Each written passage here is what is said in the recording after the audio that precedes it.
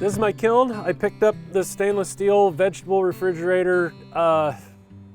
Actually, a buddy of mine found it for me, and he was gonna make a smoker. It was too big. We decided this would become my kiln. So the circulation fans in it still work. The fans kick off when I open the door. We've wired in a temperature thermostat, which goes, the actual sensor is back in here. There's fans that circulate the air inside, and the thermostat goes to a 100-watt heat lamp down below. I have it set for 95 degrees right now, so the light will kick on if it goes to 94, which it's going to be there right now, and it'll shut off at 96 degrees. This particular unit, I believe I can turn up to 125 degrees. So I'm not going to get this kiln dried to kill bugs, but it's plenty enough to dry my bowls. I have both micro lumber in here. So I got some 1-inch Claro walnut. These were all scrap cuts that came, these were mill caps from a mill in Ashland. And these are all the different bowls that I've cored out. So there's probably close to 100 bowls stacked back in there. They're stacked in as tight as possible. The whole idea with the kiln is to put as much in there as you can to get it all saturated up with the moisture. And as we get closer to being dry, I'll open up more venting. So I took, it doesn't quite want to, there we go. So I can vent it with just a couple holes. There's holes at the bottom of the door.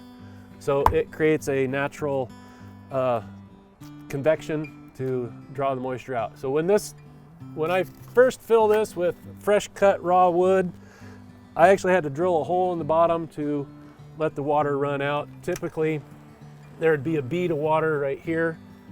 These pieces have been in here for about 4 weeks now, and I am curious to see what the moisture content is in them, but I know they still got a ways to go.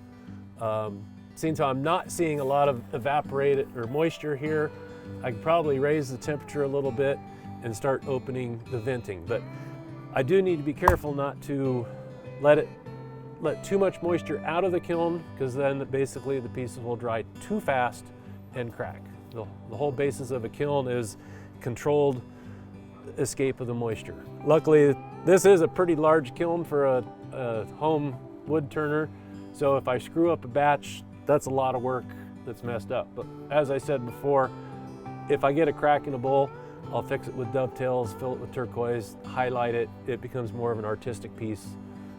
It's actually more of a challenge, believe it or not, to make a solid utilitarian bowl without a flaw in it. No two pieces of the wood are the same. Here's more bunkers of chainsaw milled lumber with scraps on top. So I jokingly call this my termite farm, but it's basically all my wood drying process. Yeah, a lot of these bunkers are basically air-dried lumber. So I've got about from here down is local Oregon ash in both bunkers. That was a big 40-inch diameter ash tree that came down. So I was able to mill it up with my Alaska mill. The larger branches I cut into bowl blanks. Farther down the row is just more different wood species, some silver maple, some walnut. Even farther around the back of the shop is raw logs that will more likely just be cut into bowl blanks. And here's another bowl blank here. In fact, this is the black walnut that came out of Sacramento, but this is the graft line. This is English walnut with Claro walnut. Oh. So all the orchards will graft Claro walnut rootstock to the English walnut nut-bearing tree.